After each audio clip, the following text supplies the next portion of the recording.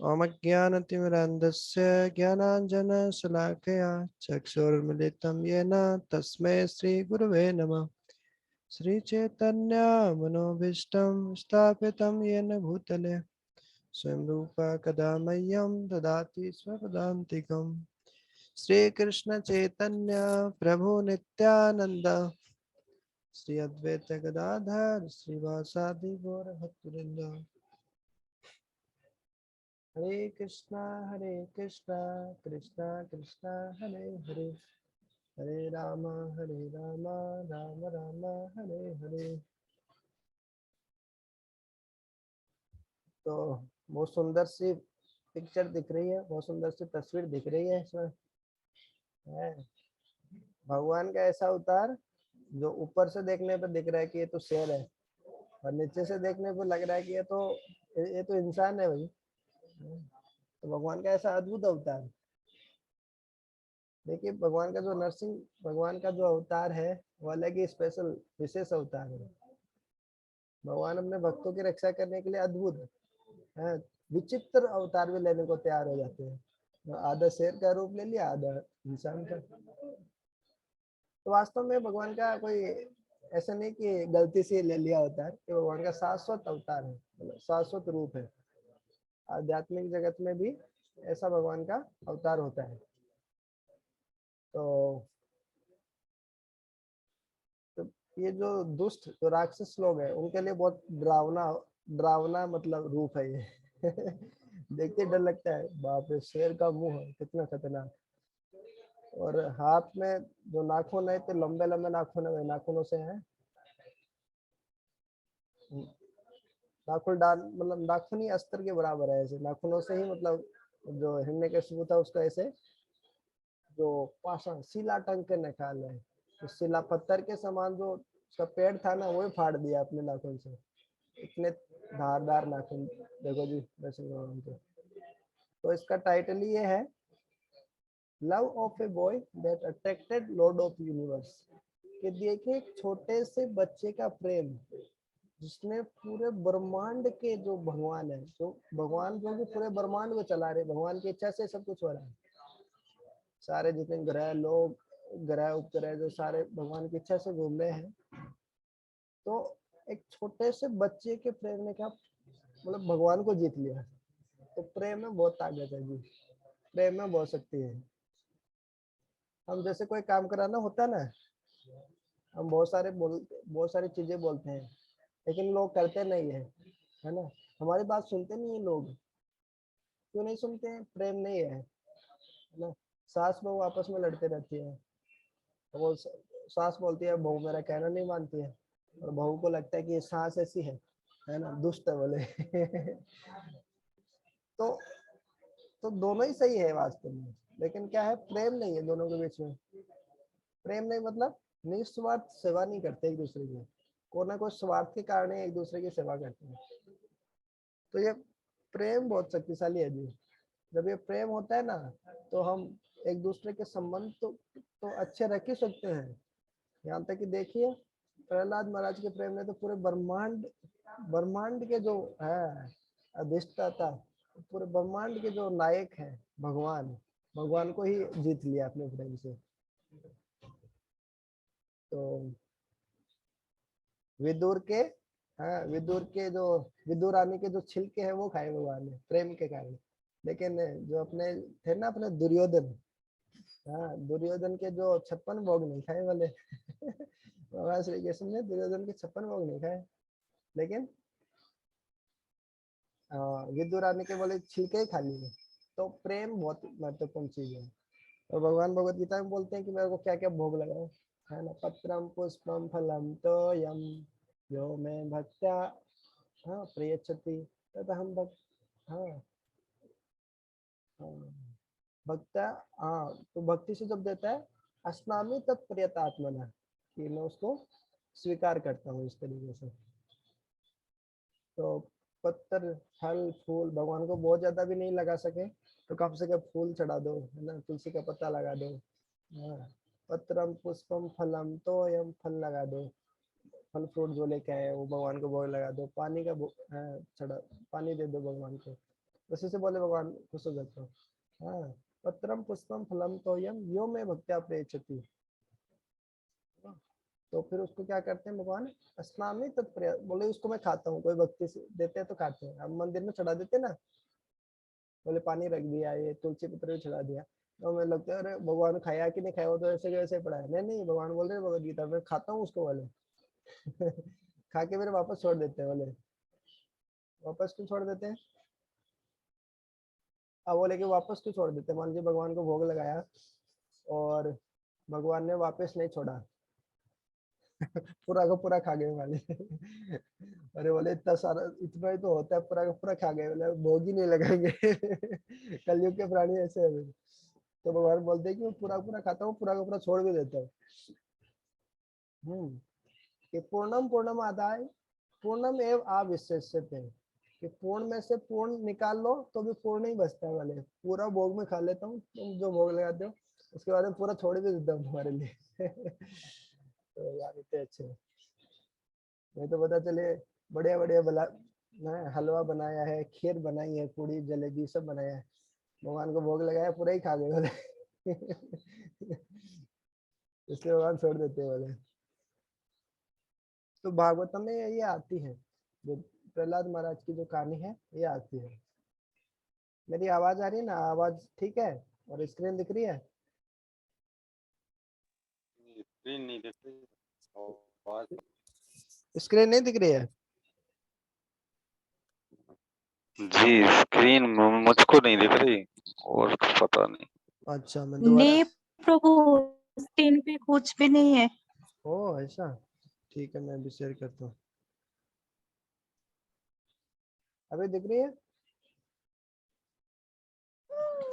हाँ प्रभु, अभी अभी ठीक है। अच्छा ठीक। जी अब दिख। तो ये भागवत पुराण में, श्रीमद् भागवतम में कहानी ये आता है प्रहलाद महाराज का प्रसंग। तो देखिए तपस्या करने से ही भगवान नहीं मिल जाते हैं जी। ये देखिए जो हिरण्यकश्यपु है, ये देखिए तपस्या कर रहा है, तपस्या करते करते कुछ खाया खा नहीं रहा है, कुछ पी नहीं रहा है ना, पूरे कंकाल ही कंकाल, हड्डी बचा, हड्डी ही बचा है इसके शरीर में, कुछ नहीं बचा देखो। और उसके बाद में जब जब उसको वो वरदान मिला, उसके बाद में भी ज्यादा दिन जी नहीं पाया। उसके बाद उसका भगवान नरसिंह देव आए और उसका पोस्टमार्टम कर दिया बोले इसके। तो भागवत पुराण में हिरण्यकश्यपु की कहानी आती है। वो बहुत कठोर तपस्या किए थे, सालों साल तक है, बोलते 60,000 साल तक लगभग तपस्या किया था। हम तो 60 साल ही जीते हैं, 60,000 साल कहाँ से तपस्या करेंगे बोले। तो उन्होंने किसकी तपस्या करी थी? जो अपने हिरण्यकश्यपु थे, उन्होंने शिव जी की थी कि ब्रह्मा जी की थी कि किसकी की थी? ब्रह्मा जी की थी उसने। तो हिरण्यकश्यपु का मतलब होता है, हिरण्य का मतलब होता है सोना, और कश्यपु मतलब है जो सॉफ्ट बेड होता है, मतलब सॉफ्ट बेड मतलब कोमल बिस्तर, मुलायम बिस्तर। तो हिरण्यकश्यपु मतलब जिसको सोने से बहुत प्रेम है। सोने से प्रेम मतलब बहुत पैसे से प्रेम है। लक्ष्मी और पैसा दो अलग अलग चीज है। लक्ष्मी मतलब पैसा, मतलब भक्त लोग भी पैसा रखते हैं लेकिन वो भगवान की सेवा में लगाते हैं। और दूसरा पैसा जो भगवान की सेवा में नहीं लगाते, वो भी हिरण्य, वो भी सोना है, लेकिन वो माया है। मतलब पैसा है, नोट वही है, 100 रुपए का नोट, 500 रुपए का नोट, 1000 रुपए का नोट ही है जी। लेकिन क्या है, एक नोट है वो तो भगवान की सेवा में लगा रहे हैं जी, और दूसरा नोट है वो भगवान की सेवा में नहीं लगा रहे, तो वो बंधन का कारण बन जाता है। तो वो हिरण्य हो जाता है, ये हिरण्य कश्यपु वाला है। और दूसरा कश्यपु मतलब मुलायम बिस्तर चाहिए उसको, सुख सुविधा चाहिए और कुछ नहीं, इंद्रिय भोग चाहिए खाली, ऐसा। तो ये हिरण्यकश्यपु का अर्थ होता है। पहले के जो नाम होते थे ना, नाम भी ऐसे ही होते थे, जैसा व्यक्ति होता था वैसे ही उसका नाम निकालते थे। जैसे जैसे दुर्योधन है। दुर्योधन का मतलब क्या है? दुर मतलब बेकार है, योधन मतलब युद्ध करने में, मतलब कोई शिष्टाचार का पालन नहीं करेगा, युद्ध के नियमों का पालन नहीं करेगा, तो ऐसा व्यक्ति है दुर्योधन। और बाकी जो युधिष्ठिर महाराज, मतलब धर्मराज नाम है उनका, तो धर्म का पालन करते हैं वो लोग। तो व्यक्ति जैसा होता था वैसे ही उनका नामकरण भी ऐसा ही होता था पहले। आजकल की तरह चिंटू पिंटू मिंटू ऐसा ऐसे नाम नहीं जिनका कोई अर्थ ही नहीं है। तो ये ऐसे ही हिरण्यकशिपु के भाई का क्या नाम था? हिरण्याक्ष नाम था उसका। हिरण्य मतलब क्या, अभी देखा ना, हिरण्य मतलब होता है सोना, और अक्ष मतलब होती है आंखें। जिसकी आंखें हमेशा देखती रहती है, अरे कहाँ सोना है, कहाँ सोना है, कहाँ पैसा है, कहाँ से पैसा निकल सकता है, बोले गलत काम के लिए वो पैसा ढूंढता है ऐसा। तो देखिए आध्यात्मिक जगत कैसा होता है, बोले बोले हम बोलते हैं वैकुंठ चले जाएंगे मरने के बाद भी, बोले हम भगवान के धाम चले जाना चाहते हैं। अरे भगवान का धाम कैसा होता है? देखिए ऐसा होता है भगवान का धाम। यहाँ पे भगवान बैठे हैं और हर कोई भगवान की सेवा में लगे। देखो हाँ, वहाँ पे जो भी स्त्री पुरुष जो भी हैं सब कोई भगवान की सेवा में लगे। भगवान की सेवा कैसे कर सकते हैं? यही सबसे ऊपर का है, यही वैकुंठा सोच होती है। जब हम सोचते हैं ना कि हम भगवान की सेवा कैसे कर सकते हैं ना, भगवान के लिए कैसे कार्य करें, तो हम छोटे मोटे हमारे लिए जो कष्ट होते हैं ना, हम भूल जाते हैं, सब मिट जाते हैं हमारे कष्ट। तो हम भगवान के लिए सोच रहे, जैसे ऐसा नहीं है कि अरे भगवान तो है ही नहीं, है कि नहीं है, भरोसा ही नहीं है, तो कैसे भगवान के बारे में सोचे हम। नहीं नहीं, देखो जब एक जो बच्चा रहता है ना, छोटा बच्चा, वो माँ बाप के बारे में सोचता है ना कि हाँ पिताजी पिताजी ये चॉकलेट तो आप ही खा लीजिए, तो पिताजी बड़े खुश हो जाते हैं, अरे अरे कितना कितना अच्छा लाडला बेटा है मेरा, बोले ये एक मिठाई दिया इसको और मिठाई वापस मेरे को दे रहे हैं। ऐसे ही भगवान है, हम भगवान की सेवा करते हैं तो भगवान वापस हमें देते हैं। ऐसा नहीं कि भगवान तो रख लेते हैं ना, हम भगवान की सेवा में लगाएंगे, पैसा दे दिया उन्हें, भगवान ने रख लिया, छुपा लिए सारे पैसे नहीं नहीं, भगवान वापस दे देते हैं, ज्यादा देते हैं। जैसे एक माता पिता अपने बच्चे का ध्यान रखते हैं ऐसा। तो उसमें उतारे कि देखो आध्यात्मिक जगत में से भगवान आराम, ये वैकुंठ का है, और ऐसे बहुत सारे भगवान की सेवा करते रहते हैं। लेकिन हम आध्यात्मिक जगत में बोलते हैं कि नहीं नहीं, ये भगवान की सेवा क्यों करें हम हमारी सेवा कोई करना चाहिए हमें पता नहीं कि भगवान की सेवा करने से हमारी सेवा हमारे हमको खुशी अपने आप मिल जाएगी। तो हम क्या इस पे भौतिक जगत में आ जाते हैं। इस भौतिक जगत में आके हमें क्या कष्ट मिलता है, यहाँ पे कभी बीमारी हो जाती है ना, जन्म लेने पे भी कितना कष्ट है किसी का जन्म होता है तो ऐसे नहीं कि हंसता हंसता निकलता है, बोले बच्चा पैदा हुआ बोले हंसता हंसता निकला, बोले हाँ जोर जोर से रोता निकलता है। और मरता है तो क्या आनंद आता है क्या मरने में? कोई मरना नहीं चाहता। बुढ़ापा आता है, है, बुढ़ापा बूढ़ा होना चाहता है कि कोई नहीं, बुढ़ापा आता ही है सबको। तो ये भौतिक जगत मतलब ये कष्ट ही कष्ट आएंगे ही आएंगे। हम भक्त बन जाते हैं फिर भी मतलब कष्ट आता है ऐसा। तो लेकिन आध्यात्मिक जगत में ये नहीं है। आध्यात्मिक जगत में कोई बीमार नहीं होता है। ऐसे नहीं कि इसको जुकाम हो गया, इसको बुखार आ गया आज, है ना, इसको डेंगू हो गया, मलेरिया हो गया, ऐसा नहीं। आध्यात्मिक जगत में कोई बीमारी नहीं है इसे। तो वहाँ पे ही थे हम वास्तव में, पहले आध्यात्मिक जगत में ही थे। लेकिन आध्यात्मिक जगत में फिर क्या हुआ, भगवान से ईर्ष्या की हमने। अरे अरे, जैसे ईर्ष्या हो जाती है ना, किसी पड़ोसी के पास में अच्छी सी गाड़ी हो, बंगला हो, और हमारे घर पे नहीं हो, तो हमको ईर्ष्या हो जाती है ना, अरे इसके पास में कैसे, अरे हमारे पास क्यों नहीं है। तो ऐसे ही हमें आध्यात्मिक जगत में भी भगवान से ईर्ष्या हुई तो फिर आगे हम भौतिक जगत में जब बीमारी, बुढ़ापा, है ना, मृत्यु, ये सब कष्ट झेलने के लिए भगवान से अलग हो गए। जैसे एक छोटा सा बच्चा भगवान से अलग हो जाता है और वो बोले कि मैं ठीक है, मम्मी पापा तुम देखो तुम बहुत ज्यादा नियम लगाते हो, पढ़ाई करो, ये खेलो कूदो मत, तो मैं जा रहा हूँ। तो वो बच्चा जाएगा तो क्या होगा, उसी को खाने पीने को नहीं मिलेगा, उसी को कष्ट ही मिलेगा। फिर आएगा वो घूम फिर के अपने माँ बाप के पास में ऐसा।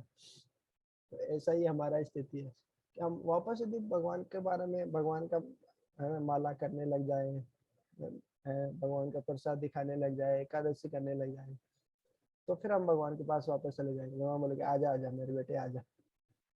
भगवान बोलते हैं कि हम बीज प्रदापिता, मैं पिताजी हूँ, बोले तुम्हारा असली पिता तो बोले मैं हूँ, तुम सब लोगों का। तो बोलते हैं भगवान कि हाँ हाँ आप मेरा आज्ञाकारी बन गया बच्चा मेरा, है ना, मेरा कहना मानने लग गया है, तो आजा आजा, ऐसे बोलते हैं भगवान को। तो आजकल वही हो गया, सबको राम राज्य चाहिए बोले कि सब कुछ अच्छा अच्छा होना चाहिए, लेकिन राम का नाम सुहाता नहीं उनको, राम का नाम अच्छा नहीं लगता। तो ऐसा नहीं हो सकता कि राम के बिना राम राज्य हो जाएगा जी, ऐसा नहीं है। तो देखिए वो ऐसी तपस्या किया था, देखो हिरण्यकशिपु ऐसी तपस्या किया था, ये फोटो में दिख रहा है ना, तपस्या करते करते इसका नीचे का शरीर तो पूरा देखो मिट्टी का ढेला ही बन गया है। चींटियों ने खा खा के, चींटियों ने खा खा के उसके पूरे शरीर को, है, वो चींटियां बिल कर देती है ना, तो बिल में से जो निकलता है मिट्टी का जो बुरादा, बुरादा बुरादा बुरादा पूरे शरीर का बुरादा कर दिया देखो इसका। इधर तो ये सब निकल ही गया, इसका फेफड़ा निकल गया इधर एक साइड। तो इतनी तपस्या करी उसने, बताओ कि 60,000 साल तपस्या करी उसने। तो ये हिरण्यकशिपु थे, मतलब भगवान को नहीं मानता था, लेकिन बोलो ब्रह्मा जी की तपस्या करी उसने। ऐसे रावण, रावण क्या शिव जी की तपस्या करी रावण ने खूब, है ना, कंस ने भी करी, लेकिन रावण कंस हिरण्यकशिपु क्या करे, सब तपस्या करे लेकिन भगवान के भक्त नहीं है। भगवान के भक्त नहीं, मतलब तपस्या, इतनी तपस्या करने के बाद में भी ये मतलब भक्त बड़े ही नहीं है, हाँ? भक्त बने नहीं मतलब इतना तपस्या भी बेकार है इनकी, बोले शिव जी की भक्ति करी, ब्रह्मा जी की करी, सब बेकार है। तो भगवान की भक्ति सबसे ज्यादा जरूरी है। यदि 60,000 तपस्या, मतलब 60,000 साल तपस्या करने के बाद में भी व्यक्ति क्या गलत काम कर रहा है, मतलब क्या है, तपस्या का फायदा ही क्या है।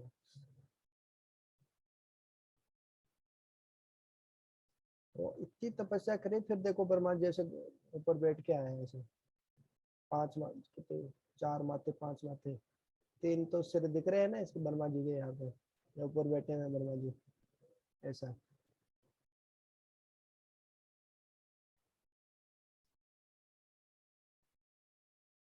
और हिरण्यकशिपु ने फिर क्या वरदान मांगा, जैसे ब्रह्मा जी ऊपर से आए ऐसे अपने वाहन पे बैठ के, जैसे ब्रह्मा जी आए तो हिरण्यकशिपु बोलता है, अरे हे ब्रह्मा, हे चतुर्मुख ब्रह्मा, ऐसा वरदान दीजिए मेरे को, है, कि मैं अमर बन जाऊं।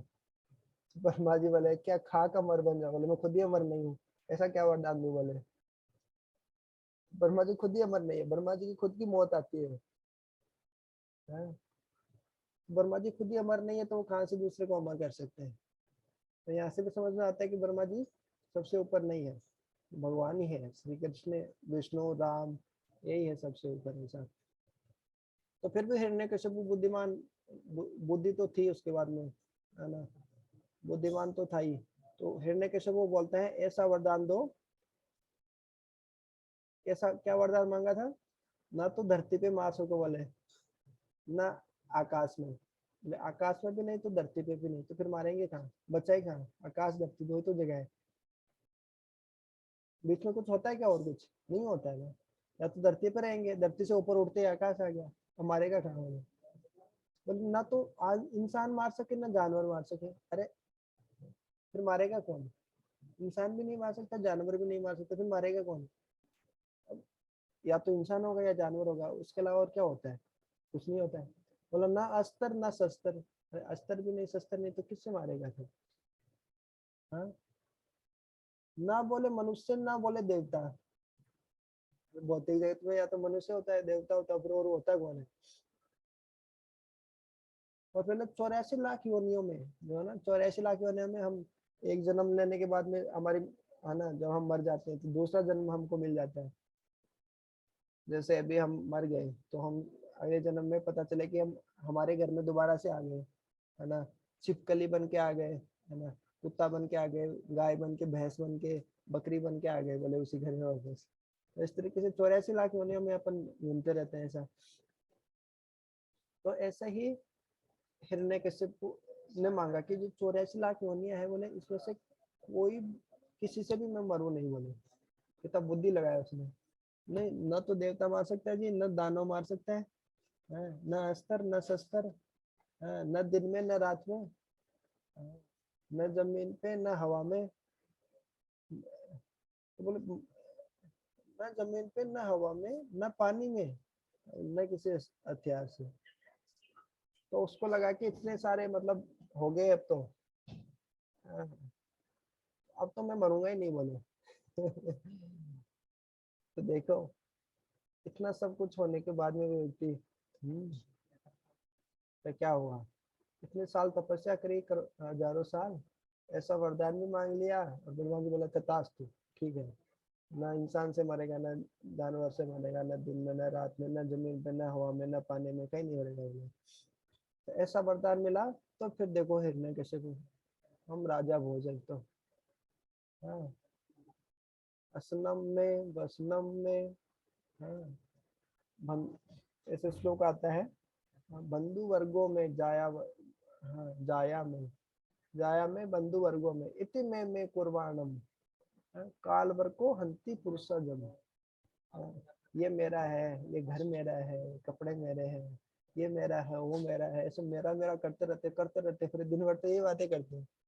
बात क्या करते हैं लोग, तो ऐसे मैं ऐसे करते हैं, मैं कौन करता है, बकरी करती है ना, मैं ऐसे करके। तो ऐसे बकरी की तरह करते रहते हैं। और फिर बकरी को कौन खाता है, अभी तो नहीं आते, पहले भेड़िया आते थे, जो लोमड़ी आती है ना वो, रात में चिल्लाती है तो अंगारे निकल जाएंगे, तो भेड़िया आके उसको फिर बकरी को खा जाता है ऐसे, मैं करेगी तो आके खाएगा भेड़िया। ऐसे ही हम भी क्या करते हैं, मैं, ये मेरा है, मेरा है, मेरा, मैं करते रहते। जो काल रूपी, जो समय रूपी जो भेड़िया है वो आता है, हमें खा जाता है। ठीक है, बहुत हो गया तुम मैं करते करते, चलो मैं भी 50 साल 60 साल अभी तुमको, हाँ, अभी ले जाता हूँ, खा लेता हूँ बोले। ऐसा। तो वो भी मैं करने लग गया हिरण्यकशिपु, उसको लगा कि मैं तो अमर हो गया हूँ, ऐसा वरदान मिल गया जी मेरे को, ऐसा वरदान मिला है, अब तो क्या बताएं। तो जैसे मान लीजिए कोई आतंकवादी है, आतंकवादियों को क्या बोलते हैं कि तुम्हें जन्नत मिलेगी, मर जाओगे तो तुम ऐसे जन्नत में चले जाओगे, तो कितने लोगों को मार देते हैं, सिपाहियों को मार देते हैं, ये आर्मी वाले हैं ना वे, कौन कौन है, आर्मी, एयरफोर्स, राम प्रकाश, बुढ़ाराम, तेजपाल, ऐसा। नक्सलवादी आतंकवादी जो लोग है वो, उनको क्या क्या मिलता है, कुछ तो मिलता नहीं उनको, खाली बोलते हैं कि तुम जन्नत में मिल जाओगे, वहां पे आपको है ना वो मिलेगी, नूरम करके वो अप्सरा को बोलते हैं ऐसा। तो उसी के लालच में तो कितनों को मार देते हैं बेचारे, आर्मी वालों को मार देते हैं वो लोग आतंकवादी। तो वो तो उससे भी बड़ा, सबसे बड़ा आतंकवादी कौन था, ये हिरण्यकशिपु, उसने आतंक मचा दिया एकदम भयंकर। जो भी बोले राम का विष्णु की भक्ति करेगा, उसका नाम देगा, उसको भी मौत के घाट उतार देंगे बोले। सबसे बड़ा आतंकवादी था बोले। अभी लगता नहीं कि बड़े बड़े आतंकवादी हो रहे हैं बोले, नहीं नहीं, हिरण्यकशिपु से बड़े आतंकवादी कोई नहीं है। तो ऐसे ही उसने सारे गलत काम करने स्टार्ट कर दिए बोले, पूरा, बोले सृष्टि के नियम बदल देंगे बोले, दिन के समय सब सोएंगे, रात के समय सब काम करेंगे, पूरा उल्टा कर दिया उसने। सारे देव देवताओं को तो ऐसे बंदी बना के ऐसे पीछे रखता था वो अपने, जैसे रावण की तरह। और वो क्या बोल रहा था, धरती को बोल रहा था कि देखो अभी जैसे अभी आम चल रहा है, तो बोलेंगे नहीं, अभी मेरे को चाहिए सेब, इस समय सेब चाहिए, तो धरती को, तुमको सेब पैदा करना पड़ेगा, धरती को बोले। हाँ, और फिर जब आम का मौसम नहीं रहेगा तो बोले हमको आम चाहिए। तो ऐसे अलग अलग मौसम में अपनी इच्छा अनुसार बोले कि उल्टा अपना खुद का नियम चलाएंगे, अपने हिसाब से प्रकृति सृष्टि को चलाएगा बोले ऐसा। और बोलता था कि जब वो सुबह सुबह बगीचे में, गार्डन में घूमने जाता था खेत में, तो उसको लगता गर्मी ज्यादा हो रही है, तो वो ऐसे देखता था ऊपर बादलों की तरफ देखता था, लेकिन बारिश हो जानी चाहिए अभी, तो बारिश होने लग जाती थी। ऐसा, इसका शक्तिशाली था, पूरा भागवतम में वर्णन आता है, ऐसा था ना किसी को, जो उसको बोलता था कि ठीक है मंद मंद थोड़ा थोड़ा बारिश होना चाहिए बोले तब अच्छा लगेगा मेरे को, तो बादलों की तरफ देखता तो बादल डर जाता था, वरुण देवता डर जाते थे, ऐसे बारिश करने लग जाते थे। ऐसा खतरनाक आतंकवादी था। आजकल तो ऐसा आतंकवादी नहीं है ना कोई, सारे नियम ही बदल दिए उसने।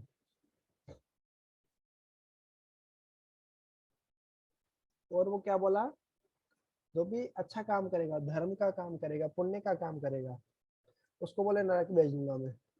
तो स्वर्ग लोक में किसको भेजना, नरक लोक में किसको भेजना, वो भी वो खुद ही निर्धारित कर रहा था।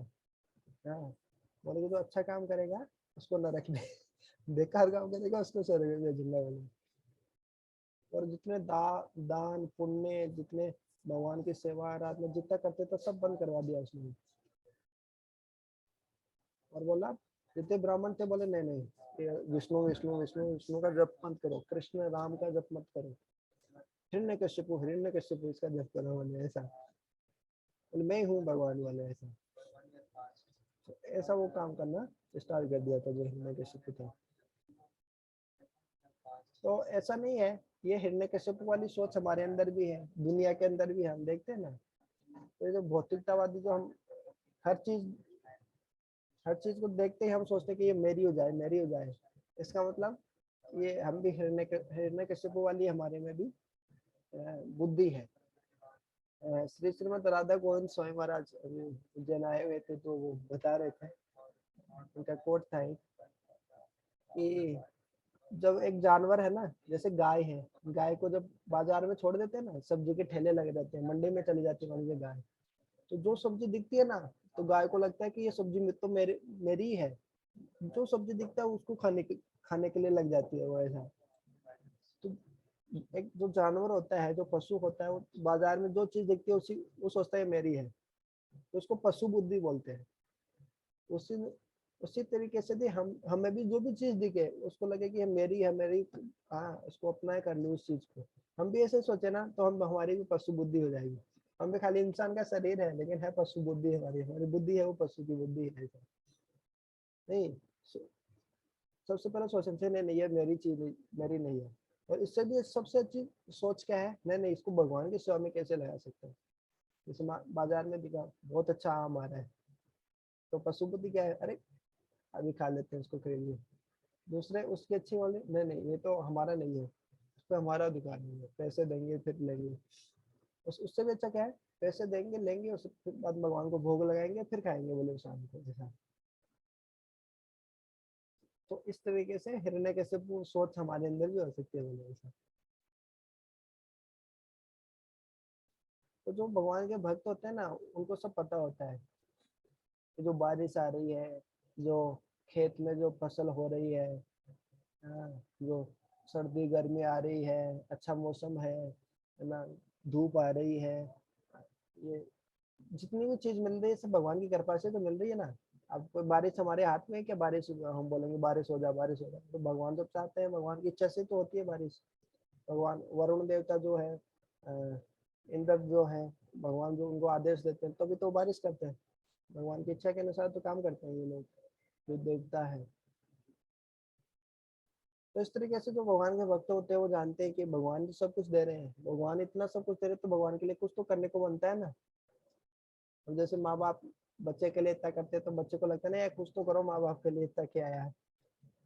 तो इस तरीके से ऐसा ही सेम भगवान के लिए, कि भगवान इतना कुछ कर रहे हैं, इतना सब कुछ दे रहे हैं, तो कुछ तो करे भगवान के लिए, ऐसा। तो ऐसा ही प्रभुपाद जी को लगा, तभी तो प्रभुपाद जी 70 साल की उम्र में बूढ़ा आदमी एक अमेरिका चला गया बोले। हाँ, फोटो में देख रहे हैं ना प्रभुपाद जी, तो 70 साल की उम्र में अमेरिका चला गया। किस लिए, पैसा कमाने के लिए, अपना नाम फैलाने के लिए नहीं। बोले भगवान इतना सब कुछ दिया, भगवान की महिमा गान क्यों नहीं करते, बोले पूरी दुनिया में क्यों है, भगवान को मानती क्यों नहीं है। चले गए अमेरिका, भगवत गीता का संदेश दिया पूरे विश्व को, इस तरीके से।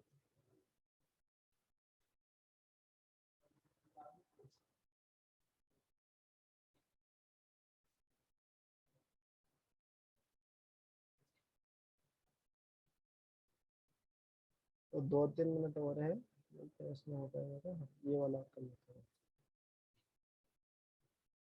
तो इस फोटो में देख रहे हैं अपन कौन है, नारद मुनि है। और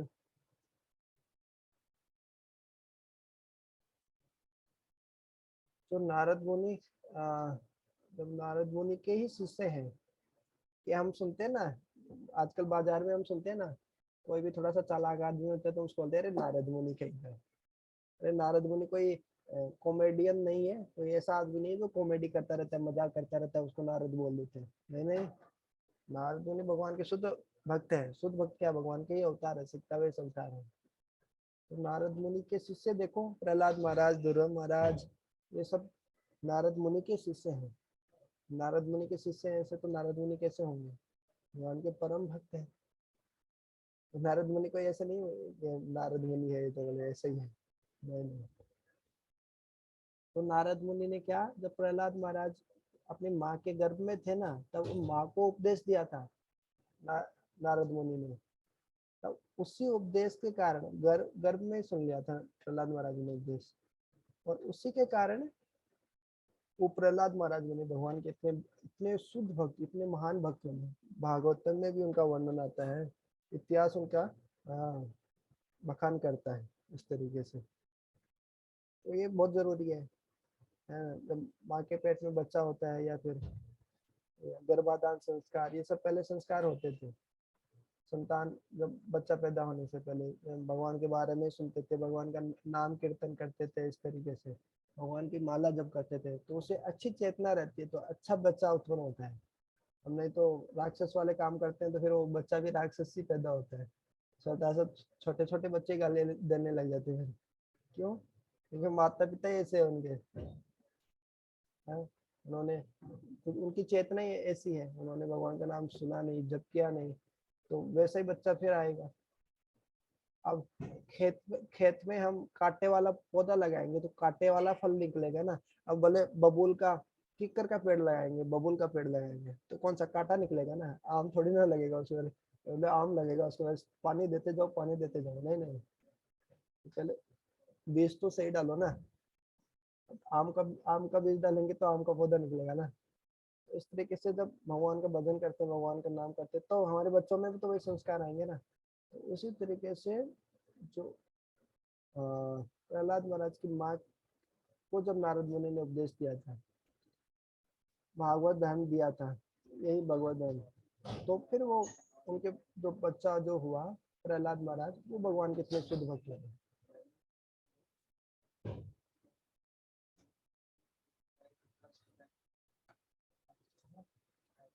फिर क्या हुआ, तो जो हिरण्यकशिपु जब प्रहलाद महाराज जब पैदा हुए, प्रहलाद महाराज कैसे पैदा हुए वो भी बताया इसमें।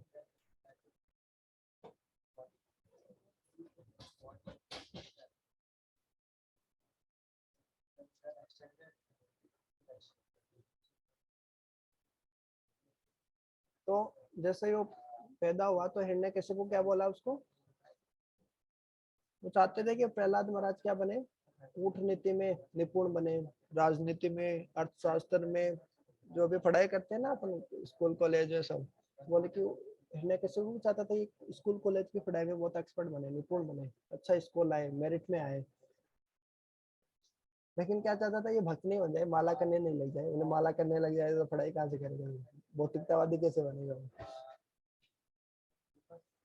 तो ऐसे ही तो आजकल सब लोग तो वही है, हम सब भी तो ये चाहते हैं ना, हमारे घर के छोटे बच्चे हैं वो पढ़ लिख के बहुत पैसा कमाए, ये सब करे।